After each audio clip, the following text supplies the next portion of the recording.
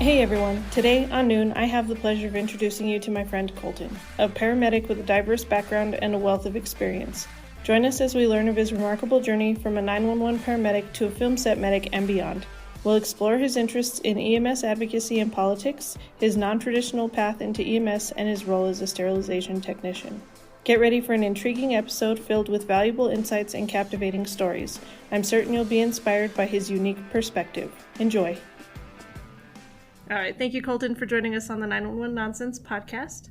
Can you go ahead and give me an introduction of yourself? Well, my name's Colton Dean. I have been a EMT since 2007. I've been a paramedic since 2011. We know each other originally from an ambulance company. Yes, thank you. and we've stayed pals like the whole time, you know.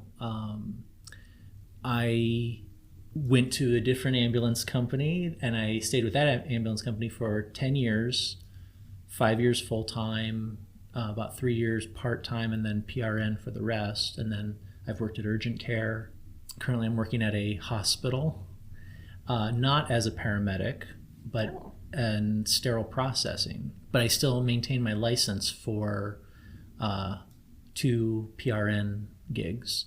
And I hope to get on to that hospital's rapid response, but it's been a little difficult. So is this something that you grew up wanting to do? No.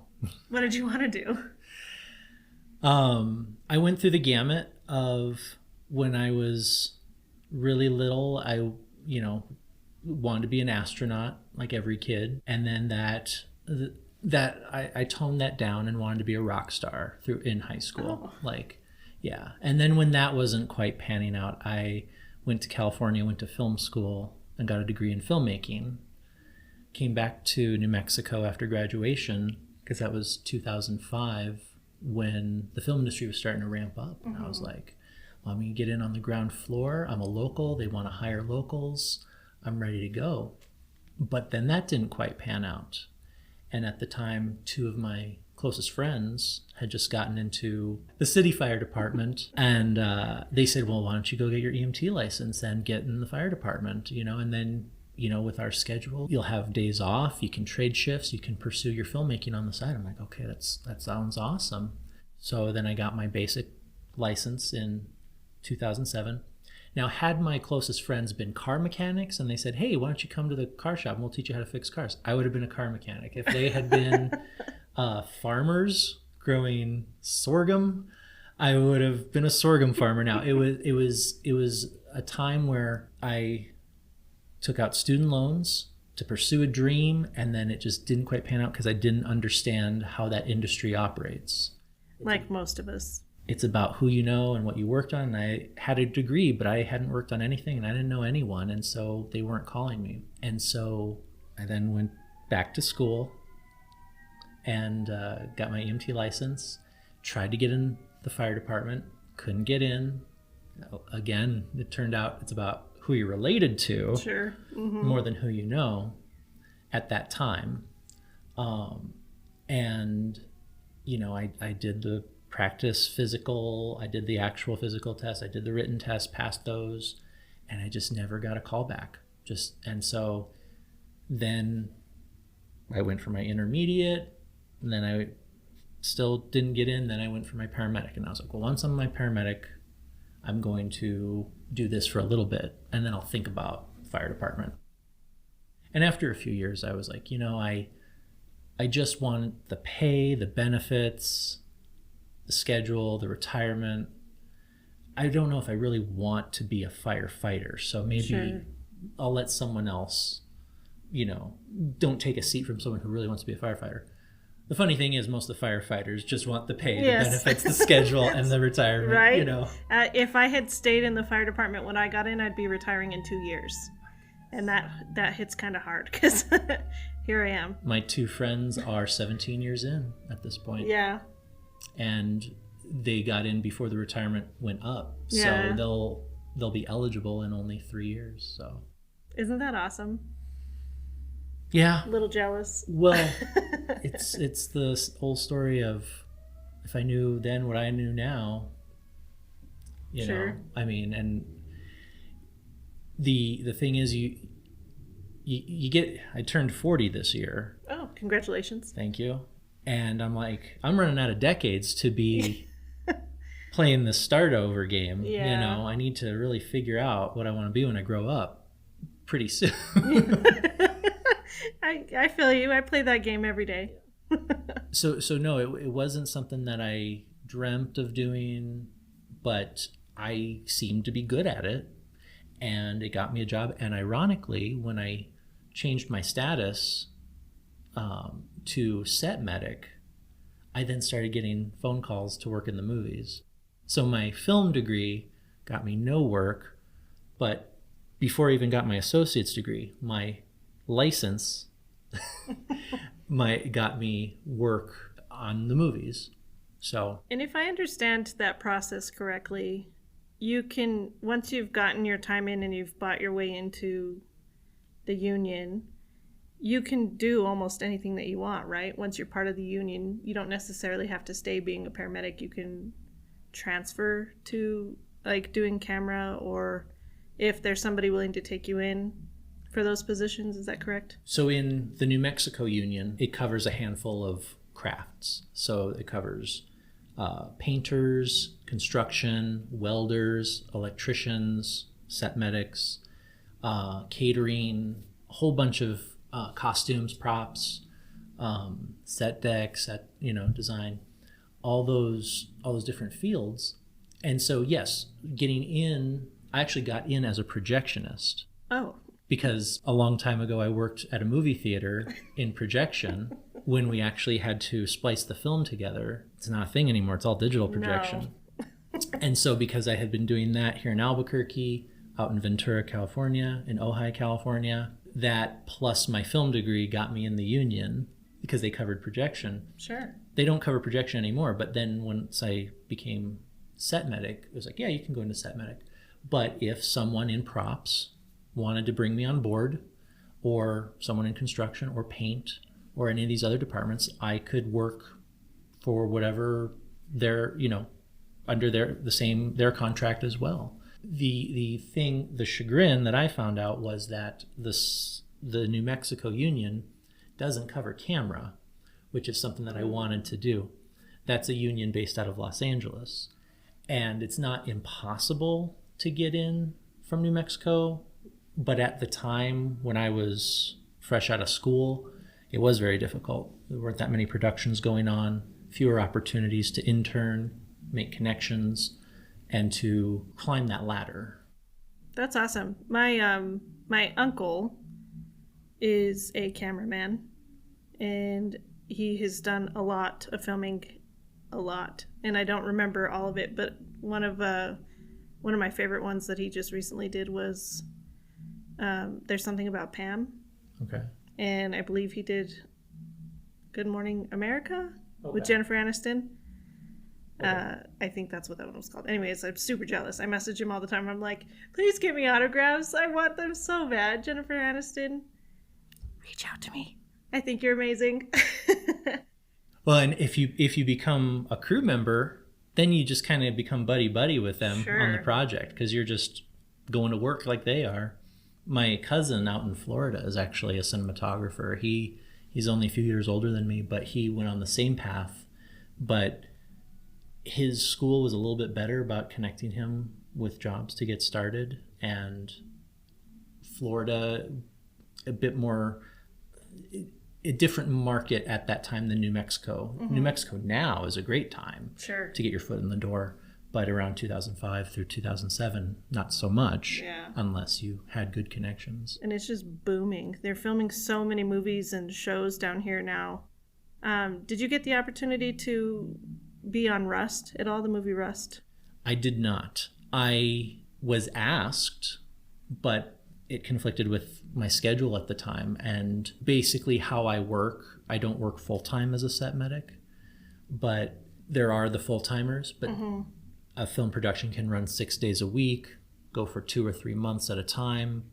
They'll want a day off occasionally. So when they need either extra people, or some people want to take a few days off, then they start calling what are called the day players. And because I've always either worked full-time in ambulance, full-time at a hospital, urgent care, or been in school. I've only day played.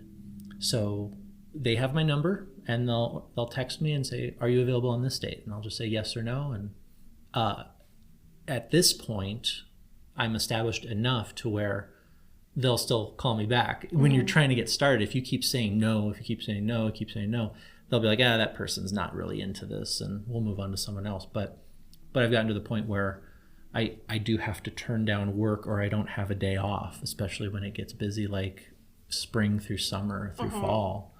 And it's very tempting because it does pay well. But again, these are like yesterday I did a 9.5 hour day in Santa Fe, but I still had to drive to Santa Fe and then drive back. A couple weeks ago, I got offered a 3-day run in Pajarito, and they said, oh, we'll put you in a hotel in Los Alamos. Great. I can't, that's like a vacation with 2 days notice. Yeah. I got chickens to feed. I got an elderly dog that needs to be let out because, and walked.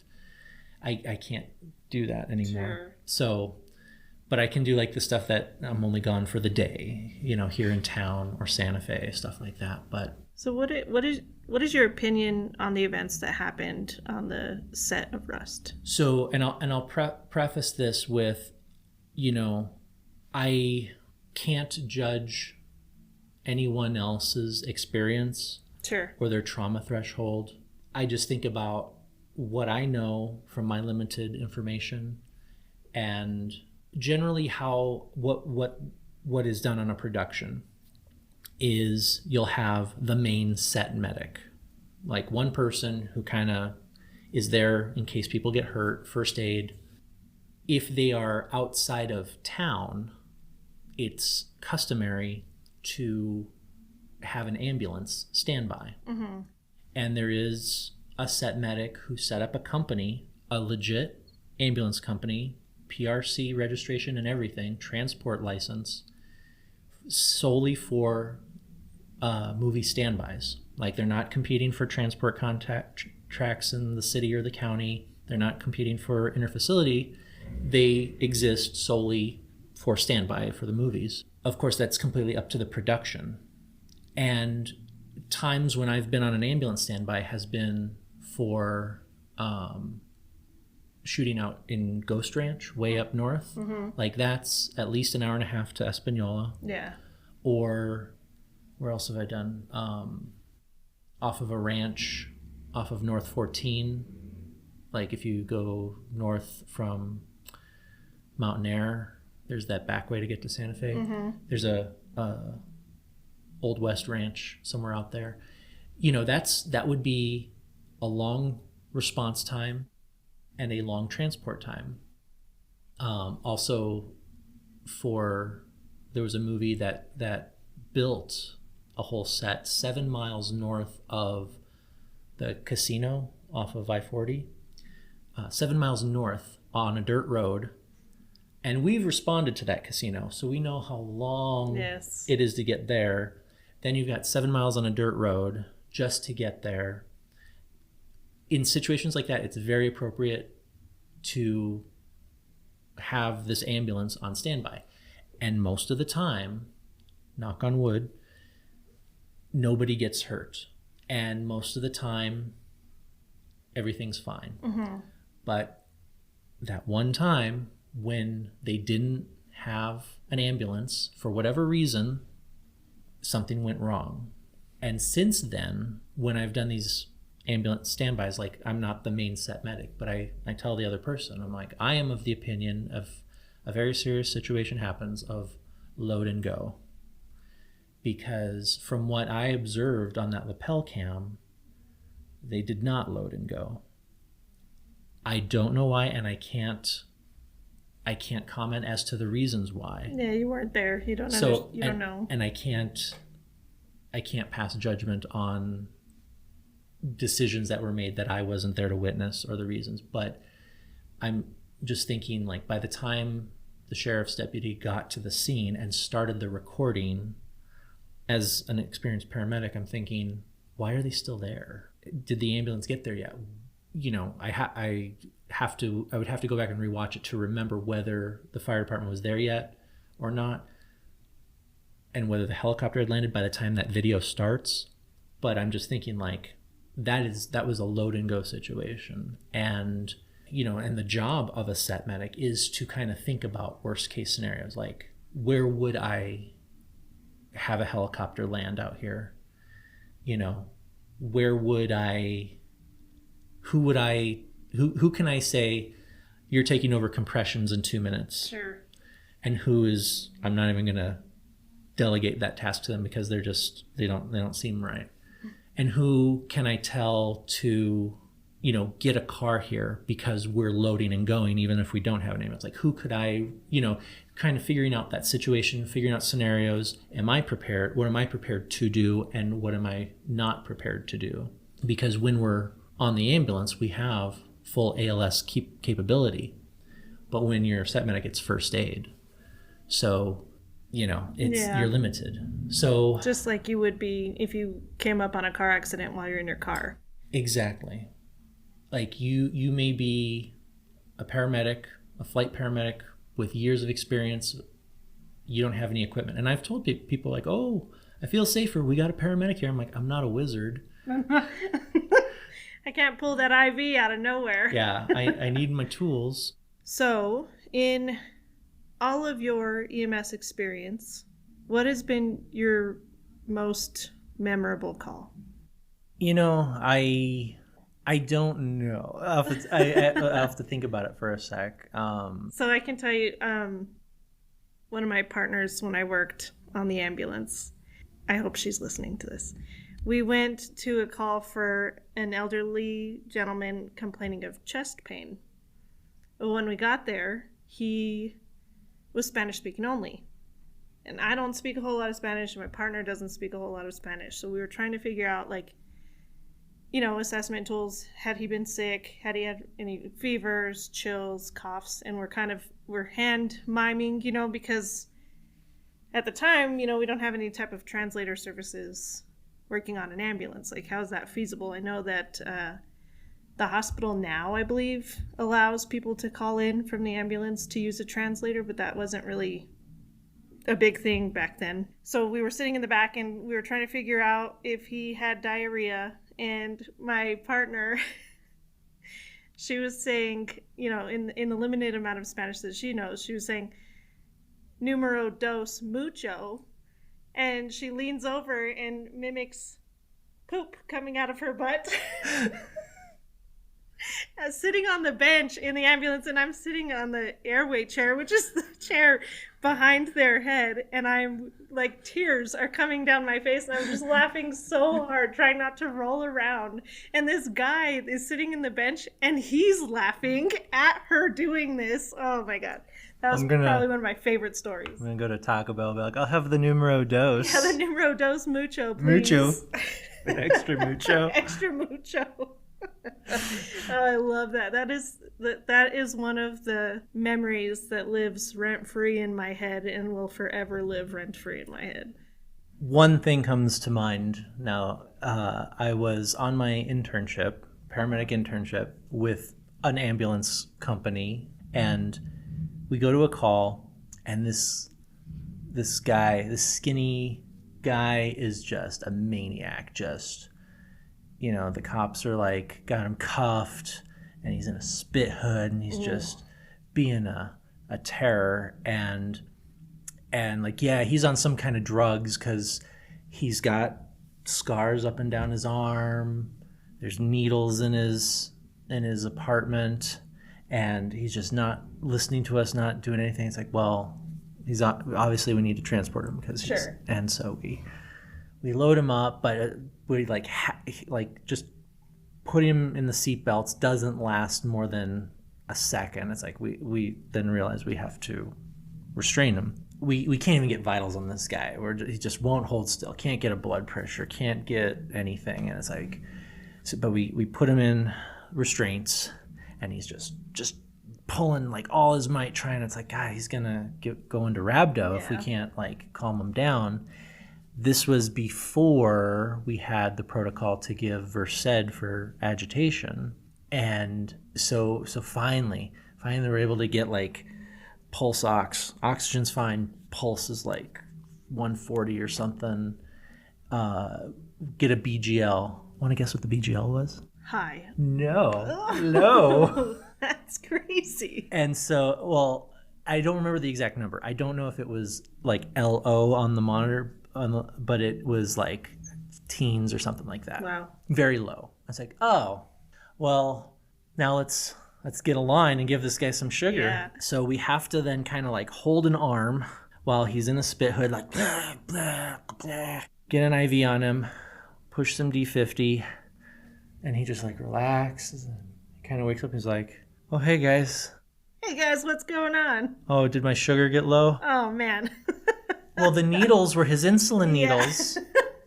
And he admitted he did have a history of drug abuse, hence the scars. And it's like, oh, now I can see those scars are well healed. Yeah. Those aren't like fresh. Old scars. Yes.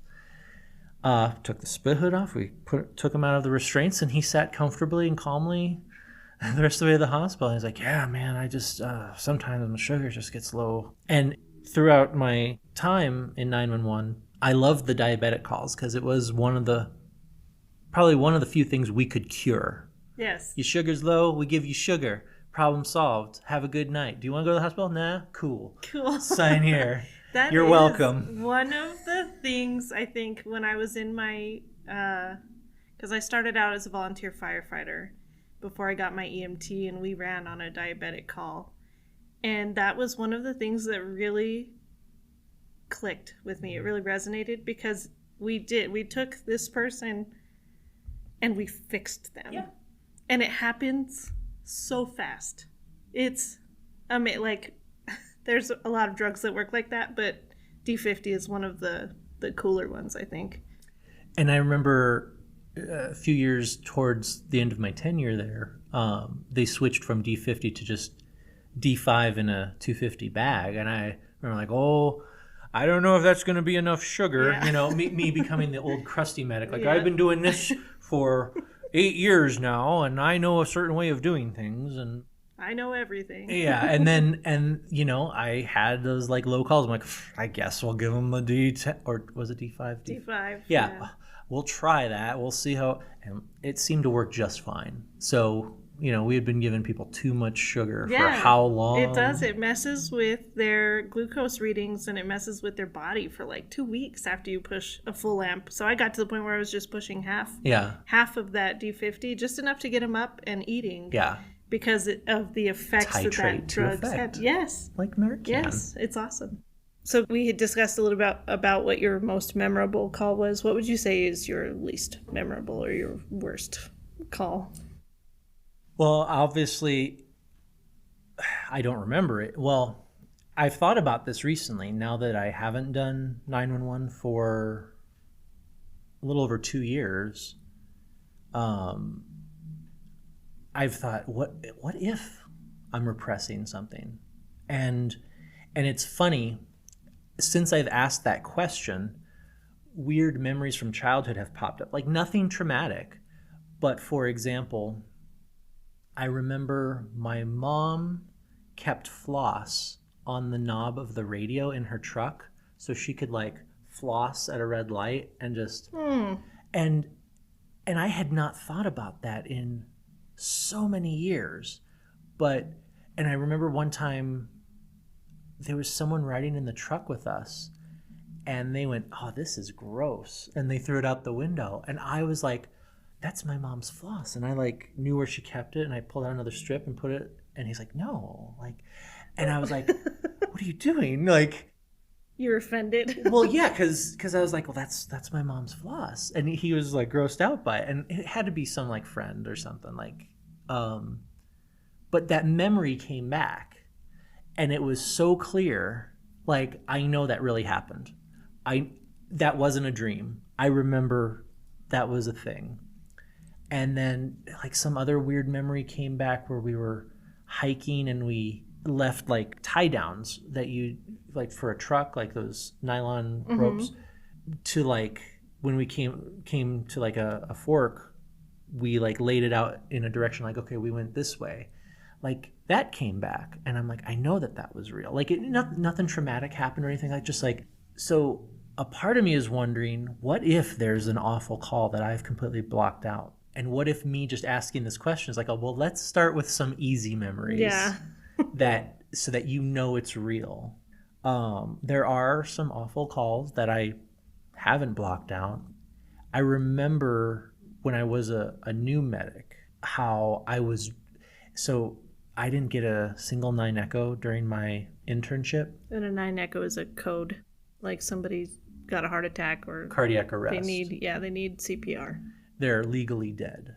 And without resuscitation, they will stay dead. And so I was dreading that. I was dreading like, oh, my first night, when's my first, some people during internship had 3 or 4 already. And I guess I'm just that white of a cloud that, it hadn't happened yet. And then finally when it did drop, we got pulses back, we transported to the hospital. And then the second one happened, which was even crazier because the partner I worked with that day, she came back like a year later and she was like, oh, hey, remember that code we had about a year ago? I saw the guy at Dion's. Oh. And he was looking good. And I was like, wow, last time I saw you were dead, So the first one I asked the medical director to follow up on, and that person had passed away in the ICU. But at least I did my job. I got him to the hospital. I got pulses back, myself and fire. We got pulses back. We got him to the hospital, and they were alive when we left. The second guy apparently walked out of the ICU with no deficits. And that's so rare. And we never get confirmation, like from any of our patients, like very rarely. Yeah. And so for a brief moment, I was 2 for 2. And that didn't last. No, it usually doesn't. But I'm like, that was a nice month or so where my record as a medic was 2 for 2. But it's not necessarily the craziest call, but the craziest thing is how, because this is your city and you still have to live in this city, you'll then drive down a street and you'll be like, oh, that's where that happened. And that's where I saw that guy do that thing or that lady do this. Oh, this is where I had to pull over because of that. Those echoes of those calls stay with you because there's stuff happening all the time and stuff that never makes the news. Like I'm sure you saw some stuff where you're like, how did that not get in the paper? How did that not get in the news?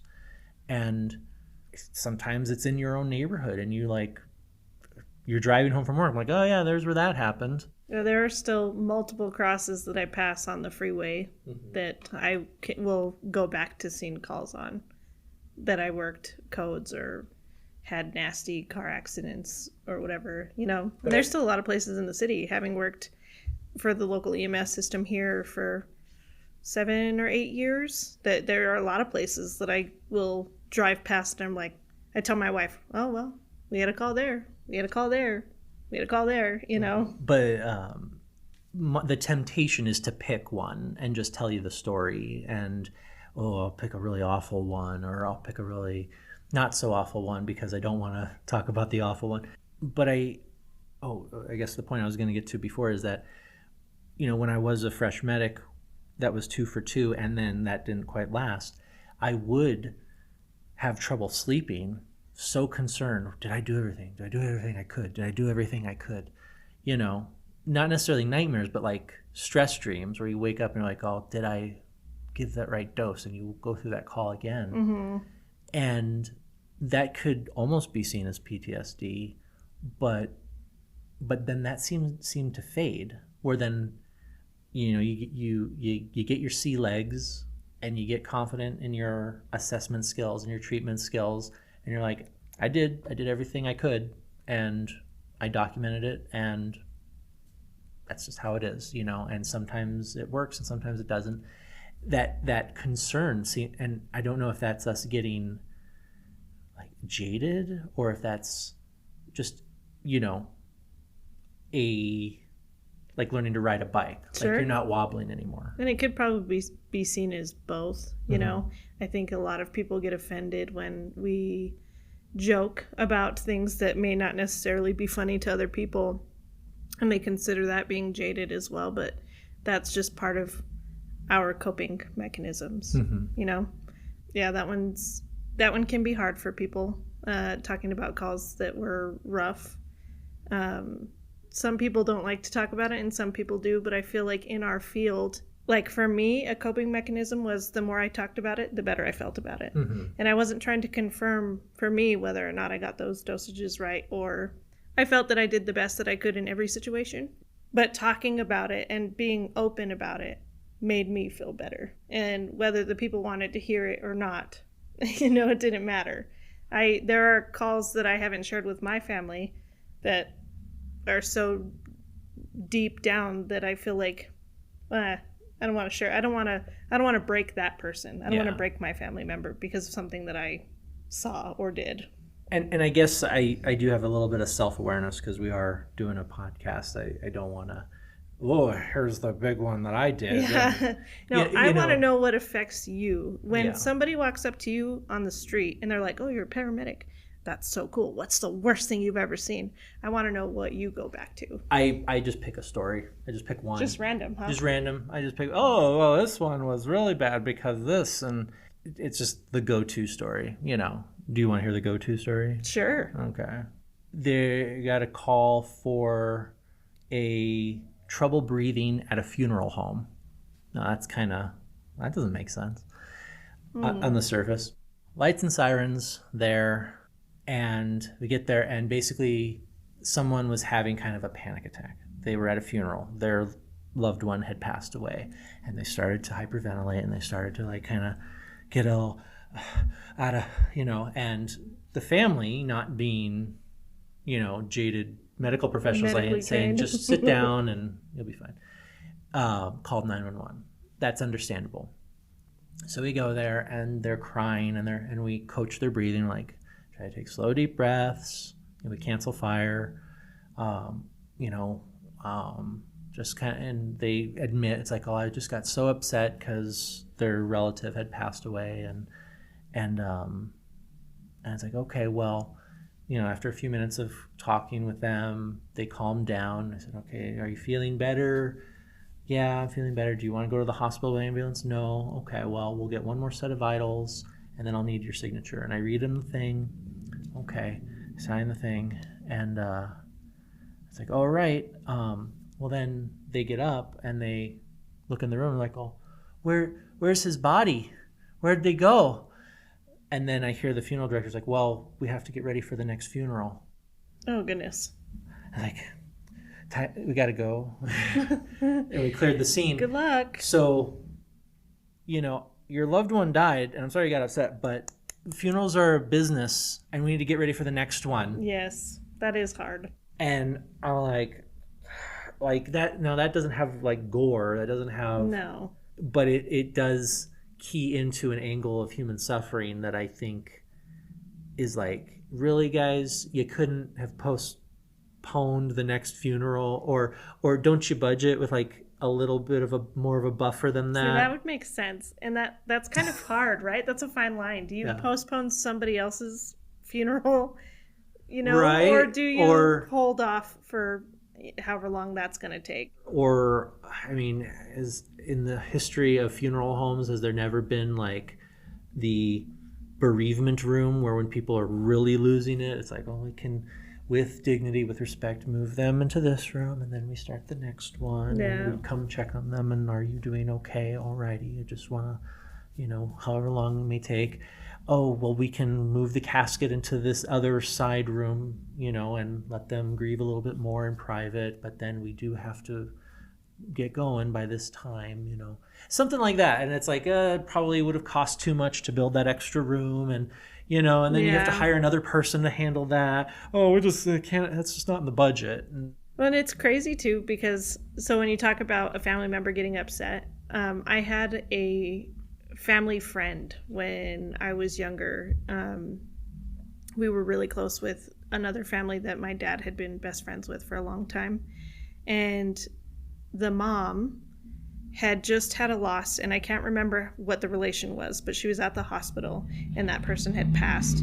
And she was getting upset and she was hyperventilating, so she stepped outside to get some air, and she ended up having a heart attack and dying outside of the hospital from getting so upset with, unknown medical history. I think she ended up having cardiomegaly and a couple of other, so a very large heart and a couple of other issues that were unknown at the time. But it just, you never know how things are going to go. And it's kind of crazy when you're running a 911 ambulance, how you just never know what's going to happen. Yeah. I've had people where they're talking to you and they're like, "No, I'm fine. My family just called you because they were worried. They look fine. Their vitals are fine. The EKG looks good." And as you're loading them up into the ambulance, they're coding. And then now their whole family is seeing them coding. And now you've got to code them the whole way to the hospital and hope that you get pulses back. Yeah. And in that similar vein, pun intended. I don't know if that pun was intended. There have been calls where you show up and the family's like, "Save him, save him, save him," and you get in there like, "We're not saving this one. This one's cold. Yeah. This one's mottled." There are medics out there that will be like, "No, we're not working it." And then there's some that's like, others that are like, "Oh, well, we need to at least do 10 minutes." And is that for the family or is that for us? Is that, I mean, there are times when it's obvious. Yeah. And you can tell the family, like, this is why it's obvious, with being sensitive. But then there are times when it's not quite obvious. Like, you just know as a professional, but you're like, let's just do our best. And, we know we're not going to get pulses back, but we're going to do everything the way we're supposed to. And, then we know we tried, but, I hate those gray areas because a lot of people don't understand that cells start dying immediately when there's hypoperfusion.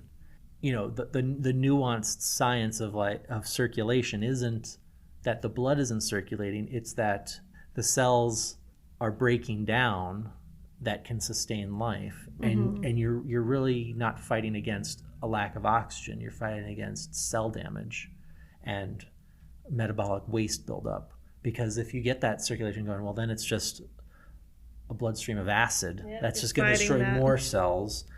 And that curve descends quickly, and you can't get into that in the moment with family. Like, well, there's probably a lot of cellular damage. No, you just have to show up and do the best you can, hope it works out, Do you feel like you could have gotten any more training on maybe discussing that with family when there was somebody who had passed? I think there definitely isn't any, at least in the time I went through. And I certainly feel like I could have benefited, but most of the time I was just I am like, I don't know what to say to these people. Yeah, I think in my experience, most of the time I left it to the cops. Yeah. Unless it was a very sensitive. Or fire. Unless it was a very sensitive, it needs to be done now kind of thing. Like you were saying, if you walk in and it's obvious, I can think of only a couple times where it may have been obvious, but we still did it. Yeah. And it was usually for a pediatric patient, and transported to the hospital because I've done that. Yeah, for more for family, I think, or maybe both, more for us and more for family. But do you think that's placating or hoping for a miracle? That's hard to say. In the moment, I think you're hoping for a miracle, even though that's not gonna, that person isn't gonna come back.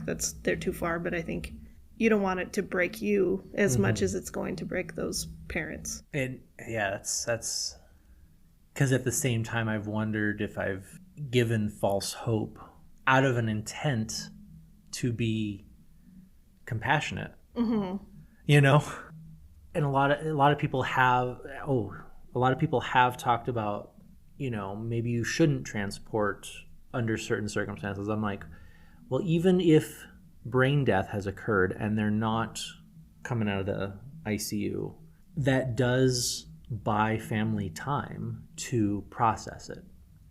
Because there have been those calls where someone suddenly drops and it's like your husband or wife for 40, 50 years is now just like, we just had breakfast and now I'm alone after 50 years or 40 years or whatever. But if you did load them and you took them to the hospital and you as a professional, you're like, they're not coming out of the hospital, the family can then be like, okay, this has happened. They probably won't make it. I need to call the kids. I need to call the family. I need to sit down and breathe and think through this. Think that in that moment, though, they're thinking that... I don't know. Yeah, it's hard to say, right? Because I think we almost are instilling a little bit of hope when we transport, even if we know they're not going to make it. But where do you draw that line? I think there might be some value in that. Yeah. Like, I don't want to be totally cynical and being like, oh, nah, you're being cruel. Like, it gives them a moment to be like, oh, this might go this way, this might go that way. So I can prepare the family. I can go look for documentation. I can, make sure someone can watch the dog or whatever, Sure. And that does have value. And then when the news comes, like, I'm sorry, but they passed away. Okay, I've been thinking about this for the last day or two.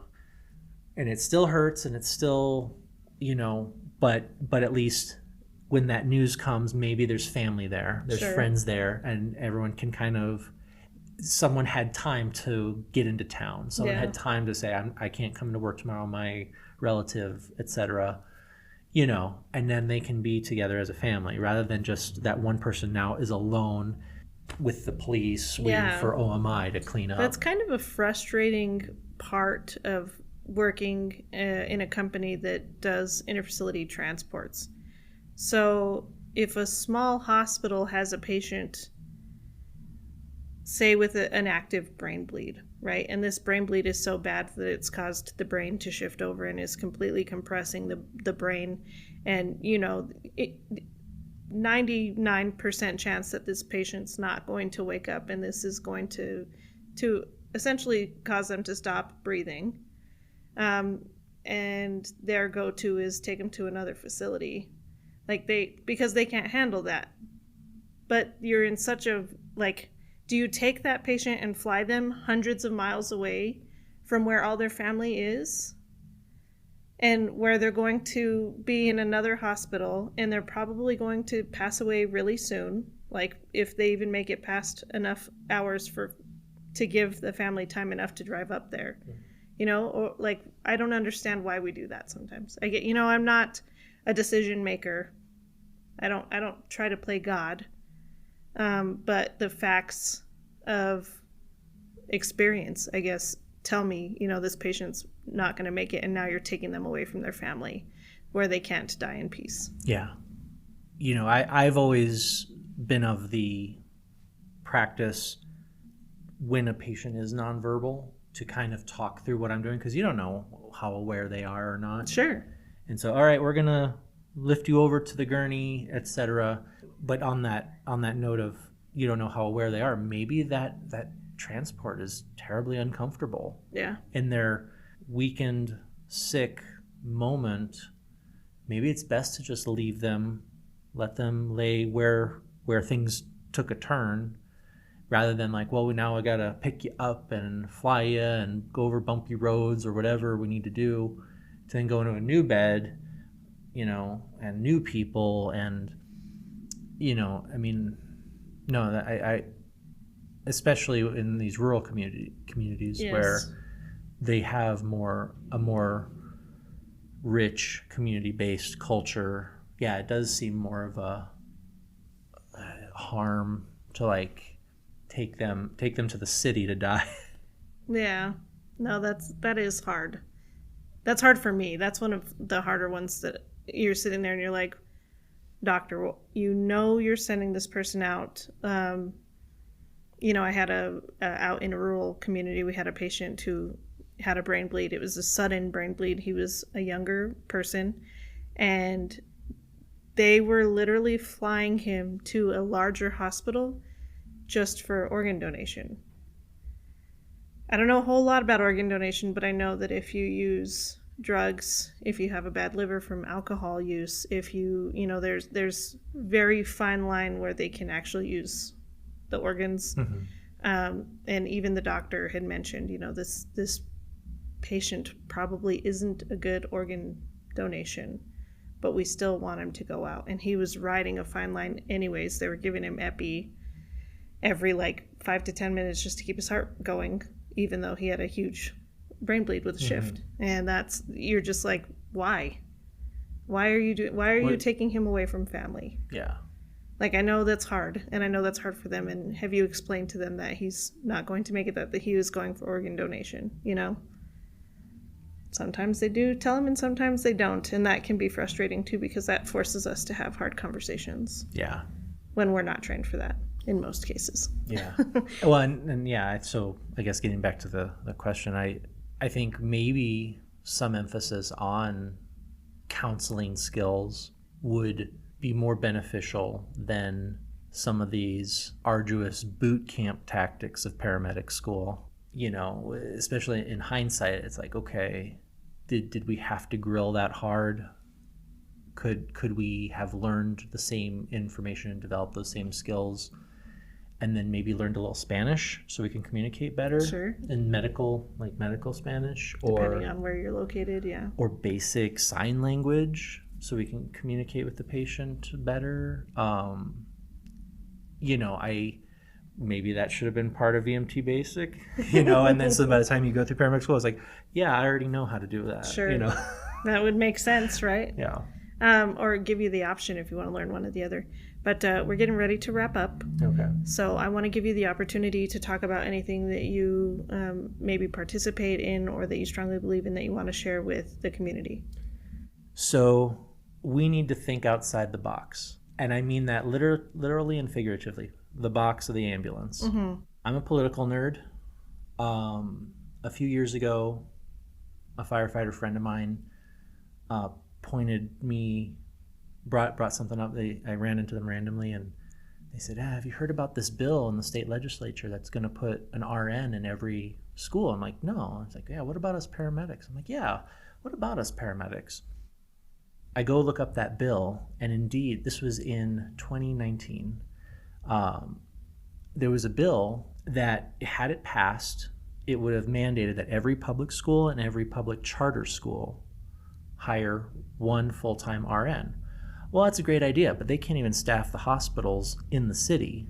How are we going to get a full-time RN out to Magdalena or Clovis or, Farmington, or I don't think Daddle maybe. The point is, these rural communities where there are volunteer EMS already.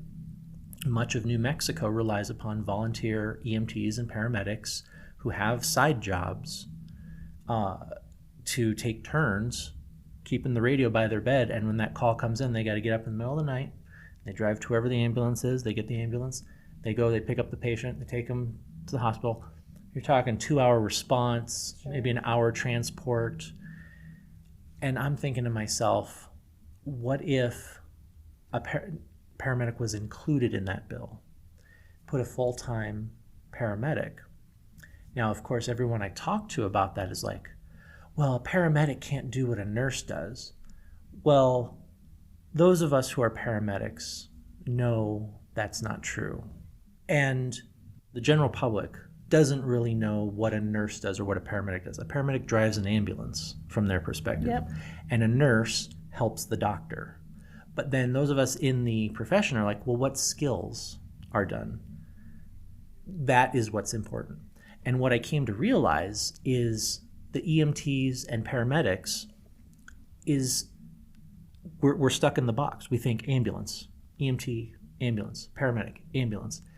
Really, it's a platform of skills to address emergencies you may encounter in the 911 setting. It would not be economic to put a doctor on every ambulance. No. So what some doctors did is they say, well, what do we need? We need IV skills. We need airway skills. We need cardiac monitoring. We need certain cardiac drugs. We need allergy identification and treatment.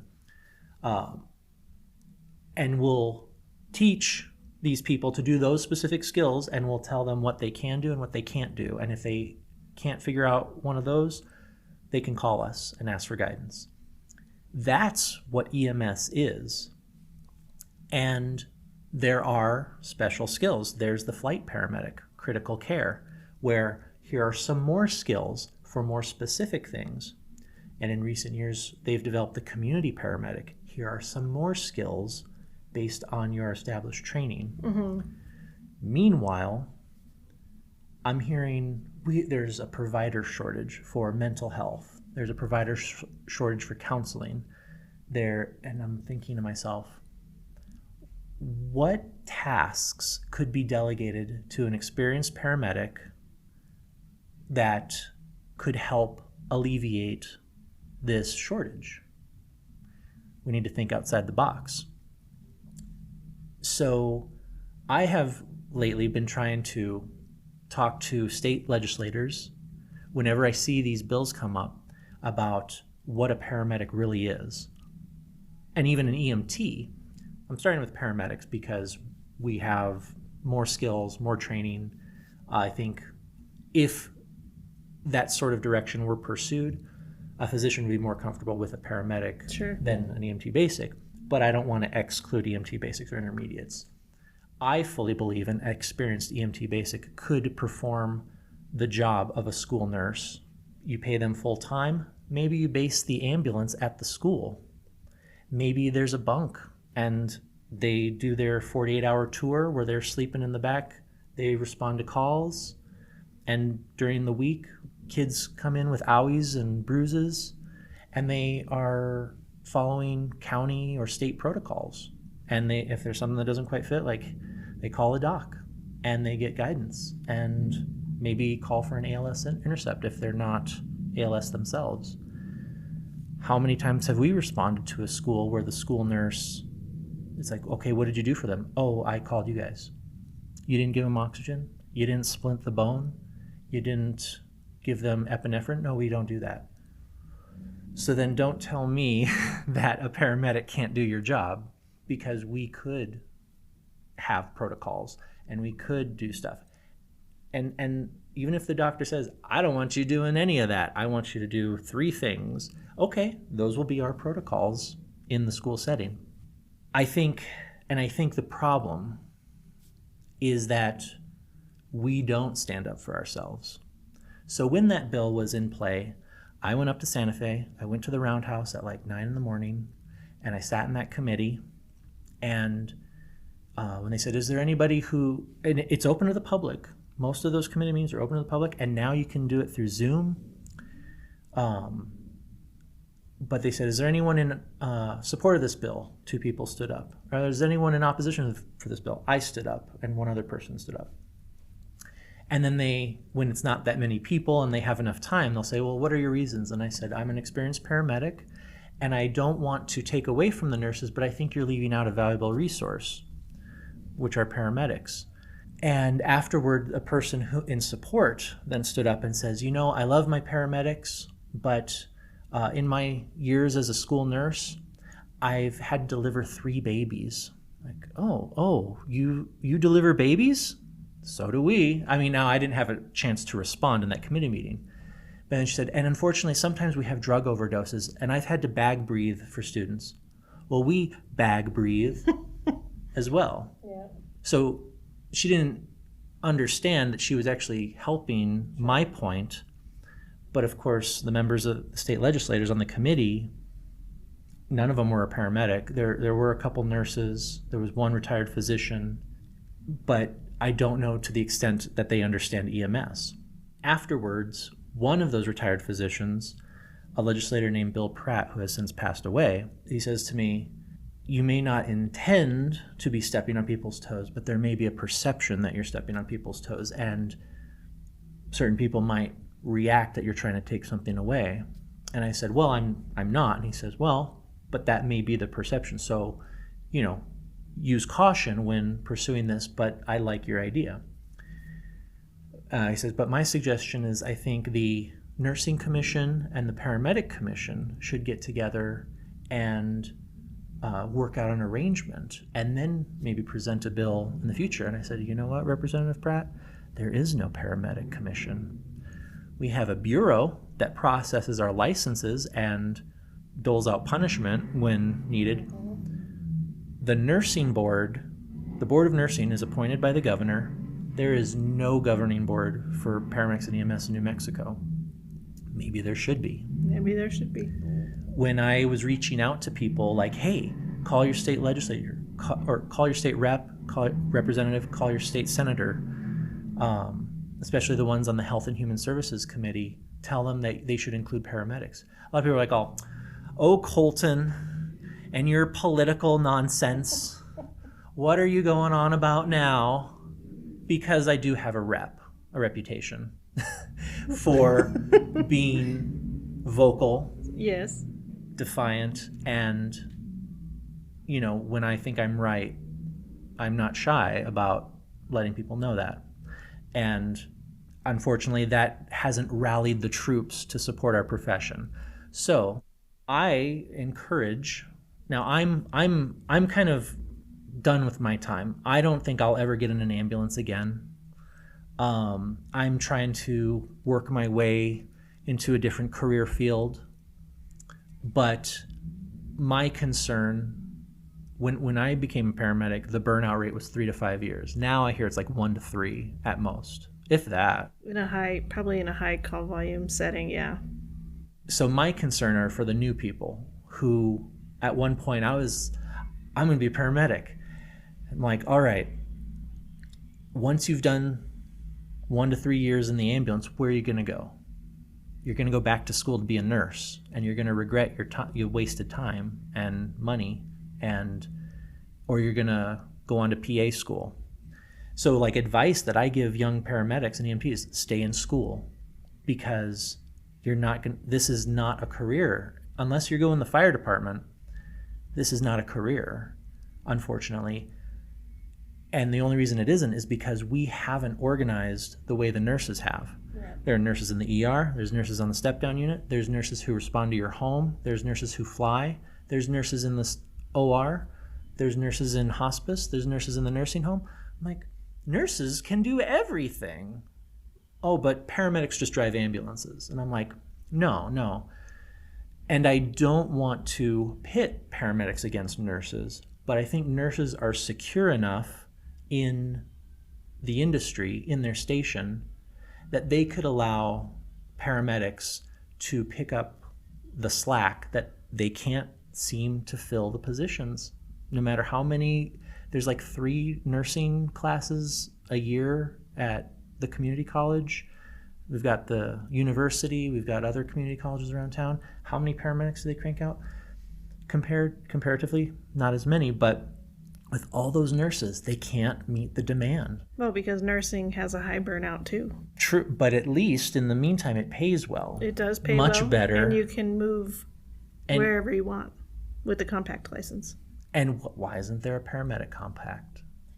Well, everybody knows there's the national, but the national registry, in my job, for example, I have a national registry. I've had the national registry since 2011, but I still had to obtain a Texas license, an Arizona license, and a Colorado license in order to be able to transport patients from those states. That's silly. It's silly. That is silly.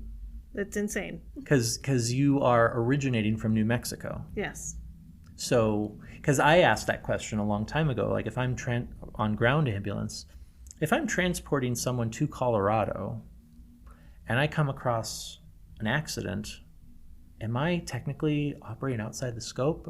And someone then explained, like, well, technically you're still covered under New Mexico, that I don't think you would get nailed to the wall for that. But no, there should be a compact among states, like, oh, if you have a paramedic license in that state, it's good in these states. But they just drive the ambulances. What do we need them for? Yeah. If we push for more skills in more nuanced areas, then there will be a path for that 3-year medic who's just starting paramedic school this summer and will finish in a year, in 3 years, when they're like, what have I done with my time? Maybe they can do assessments for counselors. Maybe they can, maybe there'll be a position in the schools.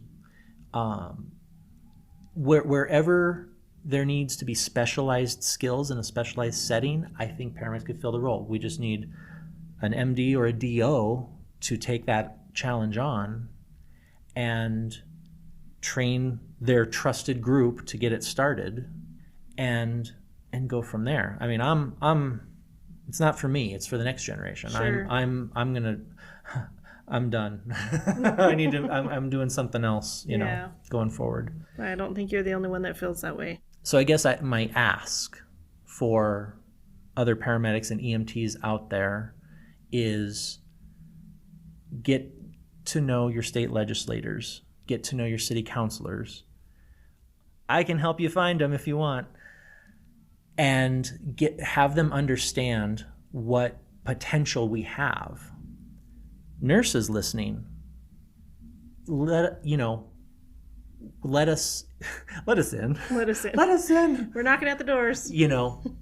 If they could staff them with nurses, they would, but they can't. Here's a resource that is going to waste. I believe changes to the Nurse Practice Act, their scope of practice, has to be done through the legislature. Like a bill has to be passed and signed by the governor. That's interesting. Whereas if we want to learn an additional skill, a physician just has to say, I'm giving you this. Yeah. I'm teaching you how to do this, and I'm certifying that you're skilled in it. So we need to think outside the box. We need to think about the younger generation so that they actually have a career in ambulance and not feel like they have to go to fire, that they have to be a firefighter, that they have to then go back to nursing school, that they have to then get out of the profession to make a living, to move to other parts of the country, to save for retirement, to. Yeah, all of the things. Well, that was awesome. Thank you for sharing that. And I don't doubt that people will be listening. I hope so. If anyone wants to try and pursue that, I'm easy to find on social media, And with your permission, I can put your information on the episode. Sure. Perfect. All right. Well, Colton, thank you so much for coming out today. I appreciate it. Thank you for inviting me. Thank you for listening. Before we wrap up, we have a few important announcements to share with you. Firstly, we're excited to announce the launch of our brand new 911 Nonsense Facebook group page. It's a community where everyone can go to connect, share ideas, discuss topics from the show, and get all of the most recent updates about the podcast. We'd love to have you join us and be part of the conversation. Next, we want to ask you to rate and review our podcast on your preferred platform. Your feedback means the world to us and helps us reach a wider audience. By rating and reviewing the show, you'll be supporting us in a big way and helping others discover 911 Nonsense. If you enjoy what we do and would like to support the podcast even further, we have a few options available. You can visit samspursuit.com to find the links to our 911 Nonsense merch page and our recently released Noon gear page. Every contribution, no matter the size, goes a long way in helping us continue to better the podcast. We know that not everyone is comfortable being on the podcast, but we still want to hear your stories and experiences. If you have a compelling story and would like to share it to be read by me in a future episode, please reach out to us via email at 911nonsense@gmail.com or through our website's contact section. If you choose to be anonymous, we'll make sure to respect your privacy while sharing your story in a way that resonates with our audience. Thank you again for tuning in. We truly appreciate your support and look forward to bringing you more engaging content in the future. See you next week.